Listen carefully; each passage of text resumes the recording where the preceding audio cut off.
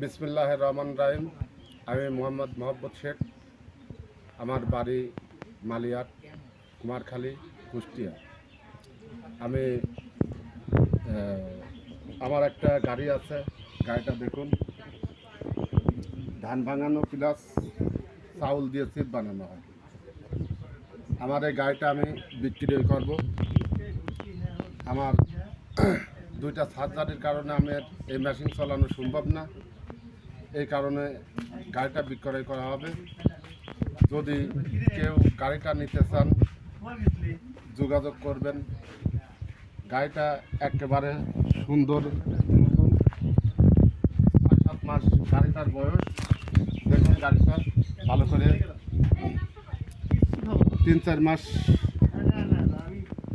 2 মাস মতন গাড়িটা পড়ে আছে। আমি অসুস্থতার কারণে 8 নম্বর হলারটা দেখুন, 8 নম্বর হলার,